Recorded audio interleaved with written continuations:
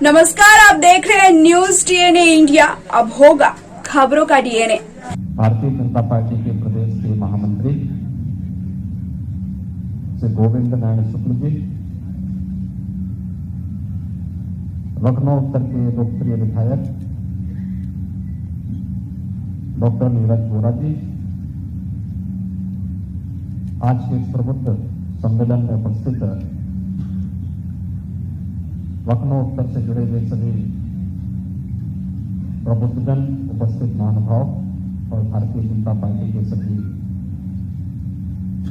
कार्यकर्ता भाइयों बहनों,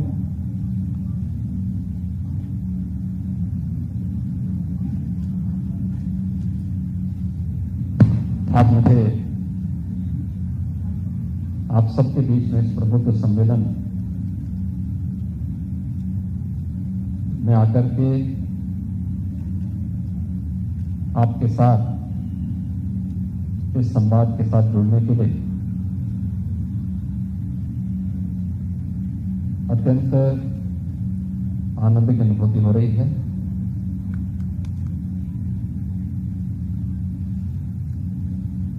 क्योंकि प्रबुद्ध समाज वैसे भी संपूर्ण समाज का नेतृत्व करता होता है।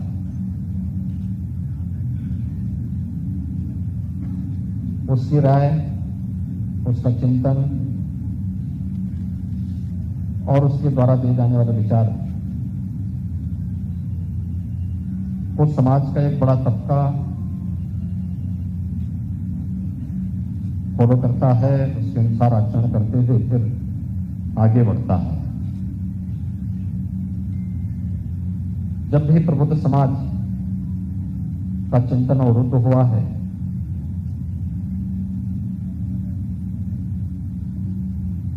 तो देश के सामने संकट आया है।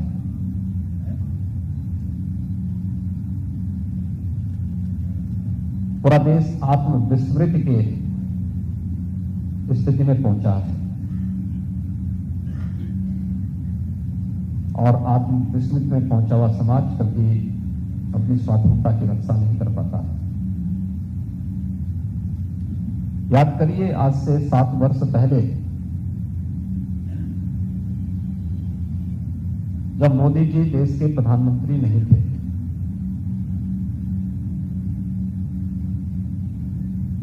चीन ने देश पर हमला की, चीन ने देश के अंदर घुसपैठ की थी और उस समय के देश के राजनीतिक नेतृत्व ने और देश के उस समय के सुरक्षा सलाहकार ने भी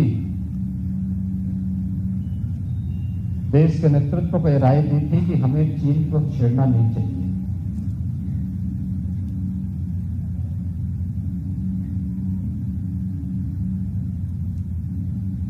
उस समय देश का नेतृत्व इस प्रकार की हरकतों को नजरअंदाज करने का प्रयास करता था। ये खबरें सरकार की और समाचार पत्रों की सुर्खियां तो बनती थी, लेकिन सरकार के लिए चिंता का विषय नहीं बनती थी। और याद करिए उन 2 घटनाओं को तो चीन ने पिछले 2 वर्ष के अंदर शरारतपूर्ण तरीके से करने का प्रयास किया। एक बार जब डोकलाम में उसने जबरन करने का प्रयास किया और एक बार तब जब लद्दाख के पास भी उसने इसी प्रकार की चेष्टा की। कैसा भारत का नेतृत्व वहां पे अड़ गया और चीन को उसी की भाषा में जवाब देने की स्थिति में जब भारत खड़ा हुआ तो चीन को पीछे हटने के लिए मजबूर होना पड़ा। नेतृत्व जब ईमानदार होता है, चरित्रवान होता है, राष्ट्र के प्रति समर्पण का भाव होता है, तो पूरा देश एकजुट होकर के उसके पीछे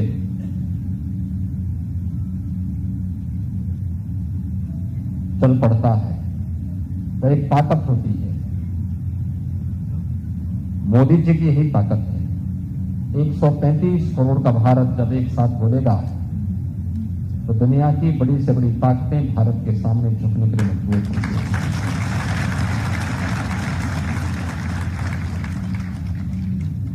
एक 135 करोड़ का भारत, हर जगह मोदी जी नहीं जा सकते, हर जगह मैं भी नहीं जा सकता, लेकिन हम लोगों के प्रतिनिधि के रूप में हमारे जनप्रतिनिधि जा सकते हैं कुछ जगह, लेकिन उनकी भी क्षमता सीमित होगी। आप जैसा प्रबुद्ध वर्ग समाज के हरेक तबके के बीच में जा सकता है और आपके पास समाज का हरेक तबका, क्योंकि आप में आपके बीच में यहां पर जो उपस्थित प्रबुद्ध जन है, जो मुझे बताया गया कि यहां पे अधिवक्ता भी हैं, चिकित्सक भी हैं, शिक्षक भी हैं, प्रतिष्ठित व्यवसायी भी हैं, जीवन की प्रत्येक क्षेत्र में कार्य करने वाले वे सभी लोग हैं जो वास्तव में समाज का नेतृत्व करता है अपने अपने फील्ड में, जिसने कुछ करके दिखाया है। लेकिन आपकी उपस्थिति हर एक जगह है। आप उस विचारधारा को लेकर के, आप उन मूल्यों को लेकर के, उन आदर्शों को लेकर के समाज के उस तबके के बीच में जा सकते हैं, उनको बता सकते हैं कि वास्तव में देश के हित में क्या आवश्यक है और हमारा हित कहां नहीं है। मैं कभी कभी ये नहीं समझ पाता हूं कि बहुत बार लोग अपनी प्राथमिकता भूल जाते हैं, उनके स्वयं के स्वार्थ प्रबल हो जाते हैं समाज और राष्ट्र के हितों की तुलना में, और यहीं पर वह गलती करता है। अगर हमारा देश कमजोर होगा तो कोई व्यक्ति मजबूत होकर के कुछ नहीं कर सकता। अगर ये देश मजबूत होगा तो वह हम सबको अपने साथ मजबूत कर देगा, और इसलिए हम सबकी व्यक्तिगत इच्छा, व्यक्तिगत शान शौकत, व्यक्तिगत स्वार्थ, व्यक्तिगत उपासना विधि, व्यक्तिगत मत और मजहब की स्वतंत्रता राष्ट्र धर्म के सामने गौण है। और भारतीय जनता पार्टी अपने प्रत्येक कार्यकर्ता को यही बताती है कि हमारे लिए दल से महत्वपूर्ण देश है, व्यक्ति से महत्वपूर्ण दल है, लेकिन दल से महत्वपूर्ण भी देश है। याद करिए, भारतीय जनता पार्टी अकेली राजनीतिक पार्टी है। जब देश का लोकतंत्र खतरे में पड़ा था तो उसने भारतीय जनसंघ को उस समय लोकतंत्र की रक्षा करने के लिए उस समय जनता पार्टी में समाहित कर दिया।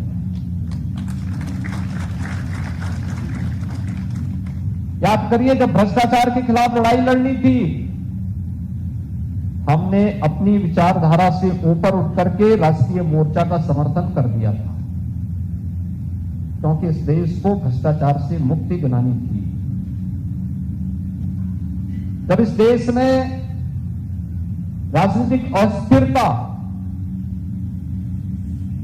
से मुक्ति दिलाने के लिए किसी अभियान और नेतृत्व की आवश्यकता थी, उस समय इसी लखनऊ के सांसद स्वर्गीय अटल बिहारी वाजपेयी जी आगे आए थे और उन्होंने देश में गठबंधन की सरकार और गठबंधन के एक नए युग का शुभारंभ किया था और देश के अंदर पहली सरकार बनाई।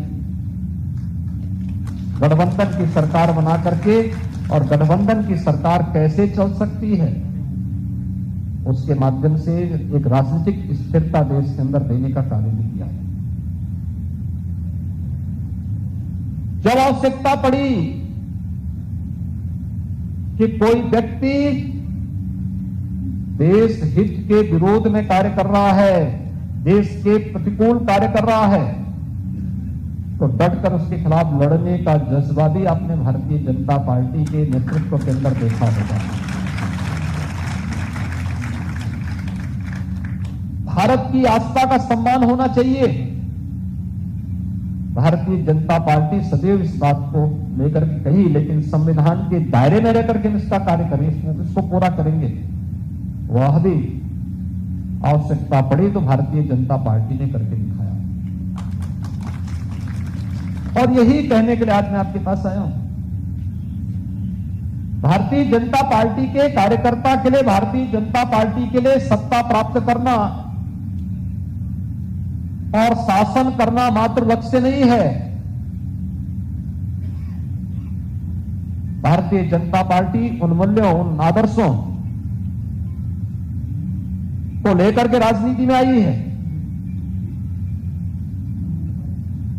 जिन मूल्यों और आदर्शों पर भारतीय समाज की आस्था टिकी हुई है, भारतीय समाज का जीवन टिका हुआ है और जिस पर उसका भविष्य भी टिका हुआ है। और इसीलिए आप देख रहे होंगे कोरोना जैसी महामारी का सामना किस रूप में पूरे देश के अंदर हुआ। भारत दुनिया का विकसित देश नहीं है। हम विकास की प्रक्रिया से जुड़ करके विकसित होने की प्रक्रिया के साथ जुड़ रहे हैं। तेजी के साथ भारत विकास की प्रक्रिया के साथ आगे बढ़ा है। दुनिया के अंदर सबसे तेज उभरती हुई अर्थव्यवस्था के रूप में भारत है। दुनिया के अंदर सबसे बड़ी ताकत अमेरिका माना जाता है। वो सबसे बड़ी आर्थिक ताकत भी है, सबसे बड़ी सामरिक ताकत भी है, दुनिया का दादा है, जहां मर्जी वहां कुछ भी कर सकता है। लेकिन कोरोना प्रबंधन आपने अमेरिका का देखा होगा। भारत भी आपके सामने है। अमेरिका के स्वास्थ्य का जो ढांचा है, जो स्वास्थ्य इंफ्रास्ट्रक्चर अमेरिका के अंदर है, उसकी तुलना में भारत के अंदर स्वास्थ्य सुविधा बहुत कमजोर है। लेकिन कोविड प्रबंधन कैसे होना चाहिए? इस महामारी, इस सदी की इस महामारी के कारण क्या क्या अन्य विसंगतियां पैदा हो सकती हैं? आपने देखा होगा कि भारत दुनिया का एकमात्र देश था, दुनिया में नवंबर 2019 में बीमारी आ चुकी थी। दिसंबर, जनवरी और फरवरी में आपने देखा होगा यूरोप के तमाम देश इसकी चपेट में आ गए थे। मौतों का सिलसिला प्रारंभ हो चुका था। भारत के अंदर मार्च प्रथम सप्ताह में यह बीमारी आई, फरवरी के अंत में आई और मार्च में उत्तर प्रदेश के अंदर भी ये बीमारी देखने को मिली थी कुछ जनपदों में। और उस दौरान आपने देखा होगा कि 22 फरवरी 2020 को प्रधानमंत्री मोदी जी ने जनता कर्फ्यू का और फिर 25 मार्च से लॉकडाउन की घोषणा की। समय से लिया गया निर्णय, और समय से लिए गए निर्णय के साथ ही समाज का कौन तबका इससे प्रभावित होगा, उनके लिए उस प्रकार की व्यवस्था भी देना, उनके लिए उस प्रकार की सुविधा देना, चाहे वह प्रधानमंत्री गरीब कल्याण पैकेज का कार्य और पैकेज के माध्यम से गरीबों को मदद देने का रहा हो, चाहे वह आत्मनिर्भर भारत के माध्यम से स्ट्रीट वेंडर और छोटे छोटे व्यवसायियों और उद्यमियों को आर्थिक संबल प्रदान करने का रहा हो, या फिर गरीबों को अन्न की सुविधा उपलब्ध कराने का। कोई भी महामारी दुनिया के अंदर आई हो, लगभग हर 100 साल में एक बार महामारी आती ही आती है। 1918 से 26 के बीच में जब स्पेनिश फ्लू आया था, उस बीमारी से उतनी मौतें नहीं हुई थी जितनी भूख से मौत हुई थी। और मैं तो कह सकता हूं कि देश का सबसे बड़ा प्रदेश उत्तर प्रदेश है। 24 करोड़ से अधिक की आबादी उत्तर प्रदेश में निवास करती है और उत्तर प्रदेश के अंदर कोरोना प्रबंधन देश और दुनिया के सामने बेहतरीन रहा। लेकिन साथ साथ मैं कह सकता हूं, भूख से एक भी व्यक्ति की मौत नहीं हुई। एक भी व्यक्ति की मौत भूख से नहीं हुई, क्योंकि हर व्यक्ति को फ्री में राशन देने की व्यवस्था सरकार ने उपलब्ध कराई। जिन गरीबों के लिए अपने छोटे खर्चे की आवश्यकता थी, उनके लिए भी उस प्रकार की सुविधा उपलब्ध कराई।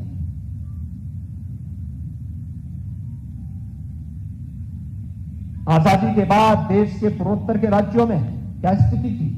अलगाववाद चरम पर था। कोई राज्य वहां सुरक्षित नहीं था। असम हो, मणिपुर हो, मेघालय हो, अरुणाचल हो, नागालैंड हो, कोई भी राज्य, बड़ी अव्यवस्था थी। अलग अलग ग्रुप खड़े हो गए थे, भारत के खिलाफ हथियार लेकर के खड़े थे। 7 वर्ष पहले क्या स्थिति थी? अलग ही नजारा था। और 7 वर्ष में कैसे तस्वीर बदल गई पूर्वोत्तर के राज्यों की? क्या स्थिति है पूर्वोत्तर के राज्यों में इस समय? असम में भारतीय जनता पार्टी की सरकार, मणिपुर में भारतीय जनता पार्टी की सरकार, अरुणाचल में भारतीय जनता पार्टी की सरकार। हर केंद्रीय मंत्री के लिए अनिवार्य है कि 15 दिन में एक बार पूर्वोत्तर के राज्यों में कैंप करेगा, रात्रि को रुकेगा, वहां पर चल रही विकास योजनाओं की समीक्षा करेगा और वहां की जनता के साथ संवाद भी करेगा। आजादी के बाद यही तो संवाद नहीं हुआ था।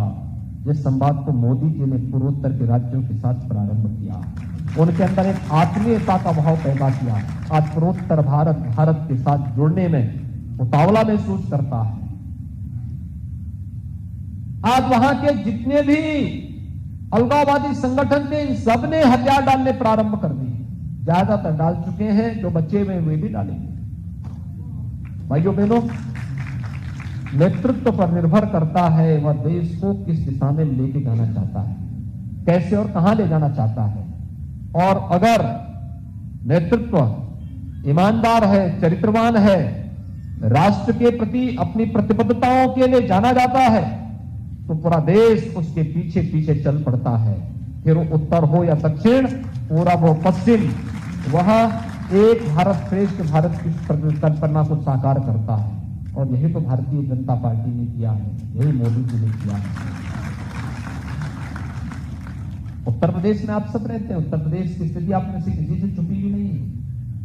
उत्तर प्रदेश 2 चीजों के लिए जाना जाता था। मुझे याद है, मुख्यमंत्री बनने के पहले मुझे 5 बार गोरखपुर से सांसद बनने का अवसर प्राप्त हुआ और मैं जानता था एक एक समस्या के लिए कितना जूझना पड़ता था, कितना जूझना पड़ता था। बिजली तो आती नहीं, हम लोग मान लिए थे, एक नीति मान लिए थे। प्रदेश के अंदर जहां से चलो, प्रदेश की सीमा आते ही सड़कों पे गड्ढे, बड़े बड़े गड्ढे दिखाई देते थे। सायकाल जहां से अब कर चलो, सड़क मार्ग से जहां से अंधेरा प्रारंभ होता था, उत्तर प्रदेश मान लो प्रारंभ हो गया है। और दंगे हर तीसरे दिन, चौथे दिन एक बड़ा दंगा उत्तर प्रदेश में होता था। कोई जनपद ऐसा नहीं बचा था जहां बड़े बड़े दंगे न हुए। लोगों को कर्फ्यू का सामना न करना पड़ा। पर्व और त्योहार शांतिपूर्ण तरीके से नहीं मनाए जा सकते थे। बहन बेटियों की इज्जत सुरक्षित नहीं थी। शासन की योजनाओं पे सरकार के संरक्षण में डकैतियां डाली जा रही थी। और उत्तर प्रदेश की छवि ऐसी हो गई थी कि उत्तर प्रदेश का नौजवान कभी उत्तर प्रदेश के बाहर जाता था तो उसको लोग हेत इससे देखते थे। कुछ जनपद तो ऐसे हो गए थे कि वहां के नौजवान अगर कहीं उस जनपद का नाम ले लें तो होटल के लोग, होटल वाले कमरा नहीं देते थे, धर्मशाला वाले वहां उसको ठहरने नहीं देते थे। ये उत्तर प्रदेश की पहचान हो गई। लेकिन आज हमारी सरकार के 4.5 वर्ष पूरे हो रहे हैं और मैं कह सकता हूं 4.5 वर्ष के दौरान प्रदेश के अंदर एक भी दंगा नहीं हुआ है।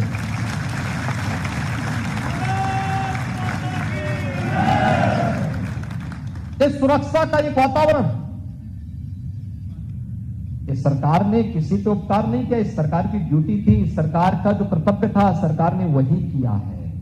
और जिसके लिए आपने भारतीय जनता पार्टी को वोट दिया था, समर्थन दिया था, उसके प्रति कृतज्ञता ज्ञापित करते हुए सरकार की ओर से यह देश प्रदेश को दिया गया है कि आपने समर्थन दिया, बदले में सुरक्षा का वातावरण देना हमारा कार्य है। ये 4.5 वर्ष हमारे पूरे हो रहे हैं आज। और मैं आपसे कह सकता हूं 4.5 वर्ष में 1.5 वर्ष तो कोरोना ने खाए, मात्र 3 वर्ष हमें मिले थे। और इन 3 वर्षों के दौरान प्रदेश के अंदर परिवर्तन हर एक स्तर पर देखने को मिला। ये लखनऊ उत्तर में ही नहीं, लखनऊ में भी, लखनऊ तो प्रदेश की राजधानी है। आप सुदूर चित्रकूट में चले जाइए, ललितपुर में चले जाइए, सहारनपुर में चले जाइए, पश्चिमी उत्तर प्रदेश में चले जाइए,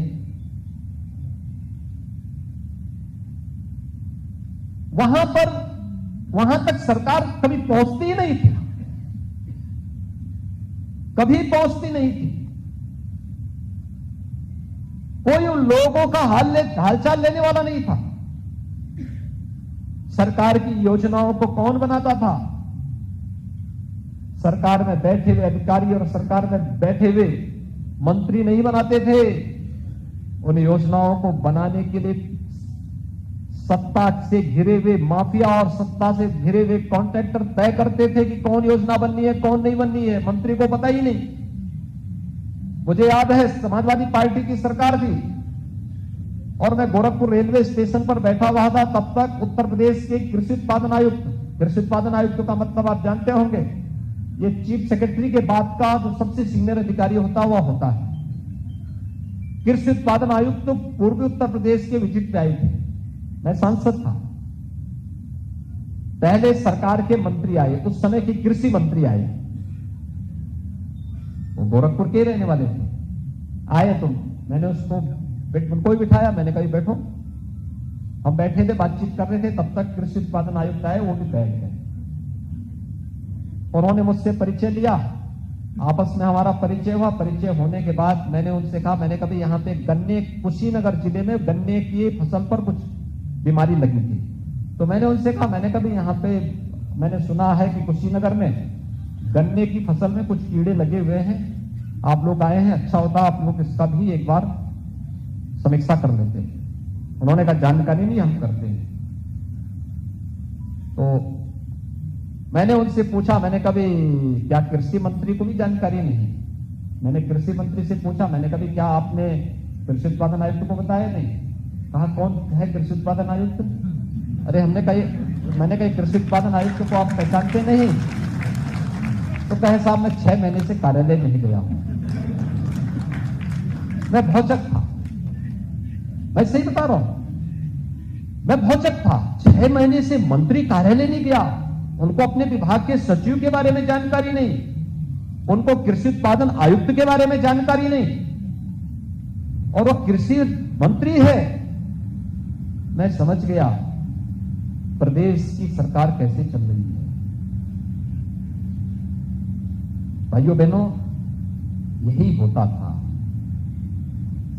जब परिवार की सरकार होगी, जातिवादी मानसिकता से सरकार कार्य करेगी, बेईमानी और भ्रष्टाचार जब सरकारों के सिर चढ़ करके बोलेगा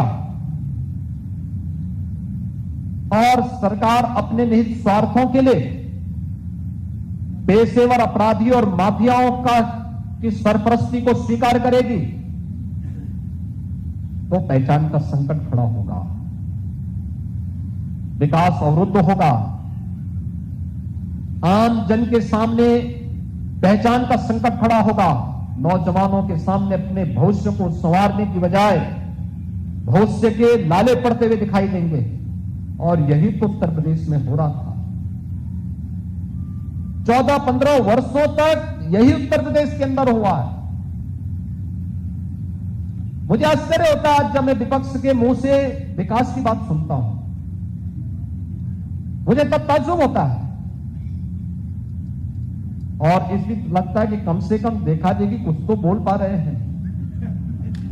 नहीं तो विकास सिंह के मुंह से सुनने को मिलता ही नहीं था। मुझे याद है, तब भी मुझे याद है जब पूर्वी उत्तर प्रदेश में बाढ़ आती थी, भयंकर बाढ़ में डूबा रहता था, इंसेफ्लाइटिस की चपेट में प्रदेश रहता था, डेंगू की चपेट में रहता था, और मैं देखता था कि सभी फिल्मी हस्तियां सेफई में आकर के नाच गाने का मंचन कर रहे हैं। ये भी दृश्य हम लोगों ने देखा है। प्रदेश का पूरे विकास का पैसा एक जगह केंद्रित होकर के रह जाता था। आम जन को उन विकास के कार्यों से कोई सरोकार नहीं, केवल अपने व्यक्तिगत पुष्टि के लिए सब योजनाएं बनती थी, ठेकेदारों को संतुष्ट करने के लिए ये सब होता था और कोई और भी छुपावा नहीं। राजनीति में बड़ी बड़ी टीमें हाथते हैं। यही लखनऊ में आपने देखा होगा डीजीपी के आवास के, पहले प्रदेश का जो डीजीपी है उनका आवास और उनका कार्यालय एक ही भवन में था। उनके ठीक सामने 500 मीटर की दूरी पर एक कुख्यात बर्बर माफिया ने 5 बड़ी बड़ी हवेलियां खड़ी कर दी थी। तो मैं एक दिन डीजीपी का विदाई था तो मैं वहां गया था, तो मुझे मेरे एक अधिकारी ने बताया, मैंने कहा साहब इस सामने जो बिल्डिंग दिखाई दे रही है आप जानते हैं किसकी है? मैंने कहा भी किसी ने बनाई होगी। कहा नहीं ये उस माफिया की। अरे हमने कहा किसकी जमीन है ये? तो कहा गया कि ये जमीन जांच करवानी चाहिए। वास्तव में मैं आया, मैंने उसके कागज मंगवाए तो मुझे कुछ कागज मिले, सब तो शत्रु संपत्ति, और शत्रु संपत्ति से कोई व्यक्ति कैसे कब्जा कर लेगा? तो मैंने कहा भी अब इसका एक उपचार है। हम लोग लड़ रहे थे, सब जगह लड़ रहे थे। मैंने कहा जब कुछ नहीं होगा तो मैंने कहा चलो बुलडोजर तो है,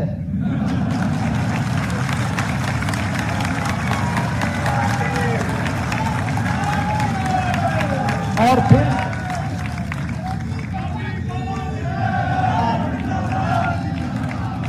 क्योंकि मैं जानता था इस बारे में कि बहुत ज्यादा पंचायत करने पर दिक्कतें हो जाती हैं। तो उस समय पंचायत न करके फिर सीधे जवाब देने की आवश्यकता होती है, और वह सीधा जवाब देने की जब कार्रवाई प्रारंभ हुई तो आज आप देख रहे होंगे कोई माफिया अब किसी सरकारी भूमि पर, किसी व्यापारी की भूमि पर, किसी निर्दोष या किसी संभ्रांत नागरिक की भूमि पर कब्जा नहीं कर पाएगा, कभी नहीं कर पाएगा।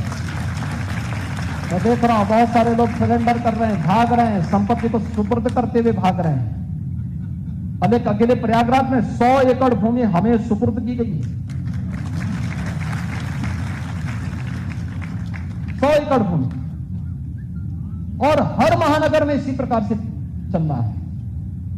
और मैंने इस बारे में कहा, मैंने कहा भी यहां पे गरीबों के लिए आवास बनाओ पहले, फिर आवास के लिए जो भूमि बचती है फिर इस भूमि पर अलग अलग तबके के लोगों के लिए भी आवास की सुविधा दो, अच्छी सुविधा दो, बुनियादी सुविधाओं से परिपूर्ण अच्छी हाउसिंग स्कीम निकल लेकर के आओ।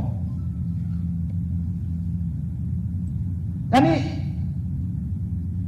प्रदेश के अंदर किस प्रकार का वातावरण बनाया था। और मुझे बहुत अफसोस होता था, लोग मुझसे कहते थे जब कोई राष्ट्राध्यक्ष से भेंट होती थी, कोई राजदूत मिलने के लिए आता था, किसी देश का एम्बेसडर आते थे, शिष्टाचारवश भी आते थे, उनके अपने आर्थिक हित भी जुड़े होते थे, व्यवसायिक हित भी जुड़े होते थे, वे आते थे, भेंट करते थे। महीने में 2, 3, 4 इस प्रकार के लोग आते हैं, और हमें अपने राज्य के बारे में अपना प्रेजेंटेशन प्रस्तुत भी करना होता है, हमें अपने बारे में बताना होता है कि हम क्या स्थिति है, यूपी की स्थिति क्या है। मुझे बहुत संकोच होता है, लोग कहते थे कि यूपी के बारे में क्या स्थिति है, तो मुझे बोलना पड़ता है यूपी देश का सबसे बड़ा जो है जनसंख्या वाला राज्य है, लेकिन इकोनॉमी क्या है। हम बड़े संकोच से कहते थे कि छठी अर्थव्यवस्था, हम 6ठे नंबर पर हैं। भाइयों बहनों, आज मैं कह सकता हूं उत्तर प्रदेश ने जो छलांग लगाई है, आज उत्तर प्रदेश देश की नंबर 2 की अर्थव्यवस्था है। अगर प्रयास नहीं होते तो हम भी वहीं पड़े रहते जहां 6ठे नंबर पर थे, हो सकता उससे ही पीछे जाते। एक स्वस्थ प्रतिस्पर्धा देश के अंदर खड़ी की है प्रधानमंत्री जी ने। उत्तर प्रदेश आज मजबूती से इसमें आगे बढ़ रहा है। व्यवसाय की सुगमता, सरकारी नौकरी कहां से मिलेगी इस नौजवानों की? 4.5 लाख नौजवानों को हमने सरकारी नौकरी दी। एक भी नौकरी पर कोई प्रश्न नहीं खड़ा कर सकता। पूरी पारदर्शी तरीके से, ईमानदारी पूर्वक हर एक नौजवान को जिस योग्यता और क्षमता का था उसको नौकरी वहां पर दी गई। और ये केवल एक जनपद का नहीं, आप प्रदेश के अंदर किसी भी जनपद में आप जाएंगे, वहां का नौजवान, बड़ी भारी संख्या में नौजवानों को सरकारी नौकरी मिली है। तो भारी संख्या में नौजवानों को प्रदेश के अंदर जो सुरक्षा का बेहतर वातावरण बना, निवेश की स्थिति पैदा हुई, उससे भी निजी क्षेत्र में भी नौकरी के साथ साथ रोजगार की व्यापक संभावनाएं प्रदेश के अंदर बनती हुई दिखाई। लोगों ने रोजगार और नौकरी पाई। हमने परंपरागत उद्यम को भी आगे बढ़ाया, बैंकों के साथ उसे जोड़ा, और आज उसका भी परिणाम हमारे सामने देखने को मिल रहा है, बड़े पैमाने पर देखने को मिल रहा है। उत्तर प्रदेश एक्सपोर्ट का हब बन जाए, लोग देख के आश्चर्य करते हैं। अभी कल ही जीएसटी काउंसिल की बैठक थी लखनऊ में, और जीएसटी काउंसिल की बैठक में देश के सभी वित्त मंत्री आए थे, केंद्रीय वित्त मंत्री जी भी थी और सभी राज्यों के वित्त मंत्री भी आए थे। वे सभी इस बात पर पहुंचक थे, अरे Uttar Pradesh revenue surplus state बन जाए, उनके लिए कल्पना थी, लेकिन उत्तर प्रदेश ने वह करके दिखाया है, वह सब करके दिखाया है। और उत्तर प्रदेश में किसी चीज की कमी भी नहीं होने दी। आज तो उत्तर प्रदेश अटल जी के नाम पर मेडिकल यूनिवर्सिटी हम लखनऊ में बना रहे हैं, कार्य युद्ध स्तर पर चल रहा है। उत्तर प्रदेश में जब हम लोग आए थे, 75 जनपदों में से मात्र 12 जनपद ऐसे थे जहां पर सरकारी मेडिकल कॉलेज बना था। बाकी जनपद कोई प्रोत्साहन नहीं था। 53 जनपदों में मेडिकल कॉलेज की स्थिति नहीं थी, डिस्ट्रिक्ट हॉस्पिटल भी नहीं संचालित होते थे, एक भी जनपद में एडवांस लाइफ सपोर्ट एम्बुलेंस नहीं थी, यानी कार्डियक एम्बुलेंस नहीं थी। आज याद करिए, अगर 17 के पहले दुर्भाग्य से ये कोरोना आ गया होता, क्या स्थिति होती, किस प्रकार की स्थिति होती। कोरोना के दौरान पहली लहर में तमाम झंझावतों के बावजूद हम लोग सुरक्षित थे। सेकेंड वेव में जब आई, उसके ठीक पहले मैं भी चुनावी रैलियों में बाहर इतनी व्यस्त रहा, अलग अलग राज्यों में, कहीं से मैं भी इसकी चपेट में आ गया। और वह 12-14 दिन मेरे लिए कितने कठिन थे। मैं ईश्वर से ये प्रार्थना कर रहा था कि नेगेटिव जैसे मेरा आए, मैं थोड़ा फील्ड में निकलूं तो कहां है कोरोना। और आप आश्चर्य करेंगे कि जैसे ही नेगेटिव रिपोर्ट आई, मैं अगले दिन फील्ड में निकल गया। एक एक जनपद में, एक एक गांव में, एक एक कस्बे में जाता था, लोगों से बातचीत करता था, वहां की व्यवस्थाओं के बारे में टीम को प्रोत्साहित करता था। संसाधन कम है तो संसाधन बढ़वाने की व्यवस्था करके फिर मैं वापस आता था। और आपने देखा होगा, दुनिया के अंदर उत्तर प्रदेश ने कोरोना प्रबंधन का सबसे अच्छा मॉडल खड़ा किया। याद करिए, मॉडल खड़ा करने के लिए मेहनत करनी पड़ती है, परिश्रम करना पड़ता है, टीम वर्क से सब कार्य प्रारंभ होता है। जहां पर मंत्री अपने अधिकारी को न पहचान रहा हो और अधिकारी अपने मंत्री को न पहचान पा रहा हो, क्या उन लोगों से आप उम्मीद करते हैं वे ट्विटर पे खेल रहे होते? प्रदेश में कोरोना महामारी से लोग जान दे रहे होते, कोई पता ही नहीं होता। ही एक पार्टी का देखते ही होंगे, देश पे कोई आपदा आती है, वे इटली भाग जाते हैं। उनको देश से कोई मतलब ही नहीं। उत्तर प्रदेश ने उनकी पूरी खानदान को प्रधानमंत्री पद तक पहुंचाया, लेकिन उत्तर प्रदेश के बाहर जाएंगे, कहेंगे उत्तर प्रदेश के लोग तो बहुत खराब। और यही स्थिति जब हिंदुस्तान के बाहर जाते हैं तो हिंदुस्तान के बारे में वही टिप्पणी करते हैं। उनको चाहिए उत्तर प्रदेश से सब कुछ, लेकिन उत्तर प्रदेश के लोगों की निंदा करना, उत्तर प्रदेश के लोगों को अपमानित करना, भारत के बाहर भारत के बारे में टिप्पणी करना, देवी देवताओं के बारे में टिप्पणी करना, राम और कृष्ण को नकार जाना, उनकी प्रवृत्ति का हिस्सा है। तो एक्सीडेंटली हिंदू होगा तो यही तो होगा। और ये एक्सीडेंट बार बार जनता नहीं दोहराने देगी। और इसलिए भाइयों बहनों, मैं आज आपसे अनुरोध करने के लिए आया हूं। पूरा देश वर्तमान में देख रहा है, आपने देखा होगा। मैं यहां के कार्यक्रम के पहले एक दूसरे जनपद के कार्यक्रम से वापस आ रहा हूं। मैं लखनऊ में नहीं था।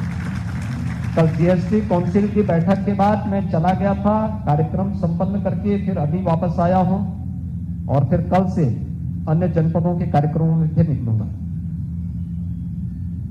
4.5 वर्ष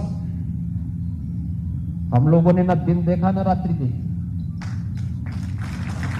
न रुके न डिगे न थके। प्रदेश के हित के लिए कड़े से कड़े निर्णय लेने में और प्रदेश की जनता के लिए किसी भी स्थिति पे जाकर के उन कार्यक्रमों को लागू करवाने के लिए हम लोगों ने पूरा प्रयास किया है, हर संभव प्रयास किया है। और मेरी आप सबसे अपील होगी, प्रबुद्धजन समाज का ओपिनियन को बनाता है, समाज को एक दृष्टि देता है, सही दृष्टि देता है। कहीं कोई बात होती है, किसी स्तर पर होती है, वहां पे लोगों को समझाने, सही राह दिखाने का कार्य करता है। और इस विषय में भी आप सबसे अपील होगी, अगले 6 महीने प्रदेश के लिए बहुत महत्वपूर्ण होंगे। कैसा राज चाहिए? दंगा मुक्त, भय मुक्त, विकास और ईमानदारी से प्रदेश के हित के बारे में सोचने वाली सरकार चाहिए, या दंगाइयों को मुख्यमंत्री आवास पर बुला करके सम्मानित करने वाले वही भ्रष्ट, वही माफिया, वही पेशेवर वे लोग जिन्होंने प्रदेश की पहचान का संकट प्रदेश की जनता के सामने खड़ा किया था, वही लोग। और इस पर एक स्वस्थ बहस के साथ साथ उन सभी कार्यों की समीक्षा करते हुए आगे बढ़ने के लिए आप सबका आह्वान करने के लिए आज मैं विशेष रूप से लखनऊ उत्तर के इस विधानसभा क्षेत्र में उपस्थित हुआ हूं। मेरी आप सबसे अपील होगी और उस दिशा में हमें आगे बढ़ने की आवश्यकता है। आज आप देख सकते हैं किस प्रकार की स्थितियां हैं। कोई सोचता था, लोग कहते थे अयोध्या के बारे में, लोग कहते थे जब मैं मुख्यमंत्री बना, मुख्यमंत्री बनने के बाद दीपावली आई, दीपावली के पहले 15 दिन पहले हमारे सभी प्रशासनिक अधिकारी आए, चीफ सेक्रेटरी, सब लोग। इन्होंने कहा साहब दीपावली के दिन सभी अधिकारी आपको दीपावली की का विश करने के लिए आना चाहते हैं। मैंने कहा मैं दीपावली के दिन लखनऊ में संभवतः बाहर रहूंगा, क्योंकि मैं कुछ जनजातीय बच्चों के बीच में कार्यक्रम करता हूं, तो वहीं रहूंगा। तो उन्होंने कहा कि हम लोग कब आना, हम भी आना चाहते हैं। तो मेरे दिमाग में आया, मैंने कहा अधिकारी मुझे दीपावली की शुभकामना देने के लिए आना चाहते हैं, लेकिन दीपावली का आयोजन तो अयोध्या से जुड़ा हुआ है, तो क्या अयोध्या की दीपावली कैसे होती है इसको देखना चाहिए। मैंने अपनी एक टीम भेजी वहां अयोध्या। मैंने कहा जाके देखो अयोध्या में क्या होता है। उन्होंने कहा अयोध्या में कुछ नहीं होता। फिर मैंने टीम से कहा, मैंने कहा एक बार थोड़ा संतों से बातचीत करके उनके मन को टटोलिए, क्या उनके मन में है, वे चाहते क्या है। खैर उनके मन में था भी नहीं, कुछ भी नहीं था। तो मैंने कहा उनको एक बात बोलो कि हम एक आयोजन अयोध्या में करना चाहते हैं, क्या वे सभी लोग मंच पे आएंगे और मुझसे एक बार टेलीफोन से बात करवा दें। मैंने जब टीम के सामने, प्रशासनिक टीम के सामने बात रखी, उन्होंने कहा साहब अयोध्या जाने में बड़ी बदनामी होगी। मैंने कहा अयोध्या जाने में कौन बदनामी होगी? तो कहा नहीं बदनामी होगी। मैंने कहा देखो अयोध्या के लिए हम बदनाम भी सहने के लिए तैयार हैं, और एक बार मैं जाऊंगा। इस बार की दीपावली अयोध्या में होगी और भव्य दीपावली मनाएंगे, और दीपावली के उस आयोजन के साथ जुड़ना है। तो अधिकारियों ने कहा, मेरे टीम थी, मैंने उससे कहा, मैंने कहा ये काम करो, 51,000 दीपक जलाने की व्यवस्था करो। अयोध्या और उसके आसपास के जनपदों में नहीं मिले, पूरे प्रदेश से इकट्ठा हमें करवाना पड़ा। आपने देखे ही अयोध्या की दीपावली आज और देश के लिए एक आयोजन बन गया है। जन भावनाएं कैसे उमड़ती हैं जब नेतृत्व देश का यशस्वी होता है। 500 वर्षों की जमी हुई बर्फ कैसे पिघल गई। आपने देखा एक झटके में अयोध्या में राम जन्मभूमि का सारा विवाद समाप्त, आज मंदिर का निर्माण कार्य युद्ध स्तर पर चल रहा है। मंदिर का निर्माण ऐसा हो रहा है 1000 वर्षों तक कुछ भी हो जाए मंदिर की नींव नहीं हिल पाएगी। ऐसा भव्य मंदिर, दुनिया का सबसे भव्यतम, सबसे सुरक्षित स्थल के रूप में अयोध्या में राम मंदिर के निर्माण का कार्य हो रहा है। आपने देखा होगा किस प्रकार की स्थिति है अयोध्या में। लोग कहते थे कि फैसला हो जाएगा तो ये हो जाएगा। मैंने कहा यार देखो, ये सब की चिंता मत करो। सभी अधिकारी कहते थे कहा साहब फैसला हो जाएगा तो ऐसा ना हो। हमने कहा देखो सब चिंता मत करो, सब मैं संभालूंगा। और लोग बोलते थे, कोई बोलता था खून खराबा हो जाएगा। मैंने कहा देखो एक मच्छर भी नहीं मरेगा उस दिन, देखना एकदम शांत रहेगा। और भाइयों बहनों देखो कितना शांतिपूर्ण दिन था। मैं सही बता रहा हूं। 9 नवंबर 2019 को जब श्री राम जन्मभूमि का फैसला आया था, यानी उस दिन प्रदेश में एक सामान्य छिनैती की घटना भी नहीं घटी थी। अक्सर मैं देखता हूं कि कोई मोबाइल फोन से बात कर रहा है, कोई दूसरा आया तुरंत छीन के भाग रहा है। उस दिन ये भी नहीं हुआ। राम राज्य का दिन था, सचमुच राम राज्य का दिन था। और हम सबको गौरव की अनुभूति होनी चाहिए। हम गौरव की अनुभूति करें कि अयोध्या उत्तर प्रदेश में है। अयोध्या उत्तर प्रदेश में है, मथुरा उत्तर प्रदेश में है और काशी उत्तर प्रदेश में है। गंगा, यमुना और सरस्वती का त्रिवेणी संगम प्रयागराज उत्तर प्रदेश में है। हम सबको अपनी आस्था के इन केंद्रों पर गौरव की अनुभूति करनी चाहिए। इनके संरक्षण के लिए, इनके संवर्धन के लिए आने वाली पीढ़ी की आस्था इनके साथ जुड़ी रहे और हम मजबूती के साथ इन व्यवस्थाओं के साथ जुड़ करके गौरव की अनुभूति कर सके। इस पर हम सबको मिलकर के आगे बढ़ना होगा। मुझे लगता है कि प्रबुद्ध सम्मेलन के अवसर पर मैं आप सबसे ये अपील करूंगा कि 4.5 वर्ष हम लोगों ने, हमारी पूरी टीम ने प्रदेश की जनता को समर्पित की। अगले 6 महीने में आपसे भी चाहूंगा कि आप लोग भी भारतीय जनता पार्टी के इस मिशन का हिस्सा बने। देखिए, मिशन का हिस्सा बनने के लिए ये मत सोचिए कि कोई मुझे कहेगा तभी मैं करूंगा, या कहीं कुछ हो रहा है, कोई देश को, समाज को, किसी सामान्य नागरिक को या समाज की कहीं क्षति कर रहा है, तुम्हारे मुंह से शब्द कतई नहीं निकलना चाहिए कि मेरा तो क्या है। ये कभी नहीं। जब भी ये शब्द निकले हैं, देश कभी आगे नहीं बढ़ पाया, कभी नहीं। हमारा तो एक ही भाव होना चाहिए कि नहीं, हम ठीक है, व्यक्ति के नाते, पारिवारिक नागरिक होने के नाते आप लोगों का दायित्व बनता है कि अपने अपने परिवार की देखभाल करें, उनकी सुरक्षा करें, उनकी अच्छी खुशहाली के लिए कार्य करें। लेकिन समाज के लिए भी और देश के लिए भी हमें सोचना होगा, उसके प्रति भी अपनी प्रतिबद्धताओं को दोहराना पड़ेगा, आगे बढ़ना पड़ेगा। क्योंकि अंततः हमारी व्यक्तिगत सुरक्षा, हमारे परिवार की सुरक्षा निहित होती है समाज और राष्ट्र की सुरक्षा पर। अगर समाज सुरक्षित है, हम भी सुरक्षित हैं, हमारा देश सुरक्षित है तो हम सब भी सुरक्षित हैं। और ये भाव हमारे मन में सदैव बना रहना चाहिए। इस राष्ट्र धर्म के लिए अगले 6 महीने आप सबसे देने के लिए अपील करते हुए मैं इस प्रबुद्ध सम्मेलन के आयोजकों को हृदय से बधाई देता हूं। धन्यवाद। जय हिंद। साथियों, अपने स्थान पे खड़े होकर कर्तन ध्वनि से एक बार मुख्यमंत्री जी का आह्वान कीजिए। अपने क्षेत्र के हर खबर को पाने के लिए हमारे चैनल को सब्सक्राइब करें, लाइक करें और शेयर करें। साथ ही बेल आइकन को दबाना ना भूलें। और हाँ, हमसे जुड़ने के लिए कांटेक्ट करें नीचे दिए हुए नंबर्स पर। तो ऐसे खबरों के लिए जुड़े रहिए हमारे चैनल न्यूज DNA इंडिया के साथ।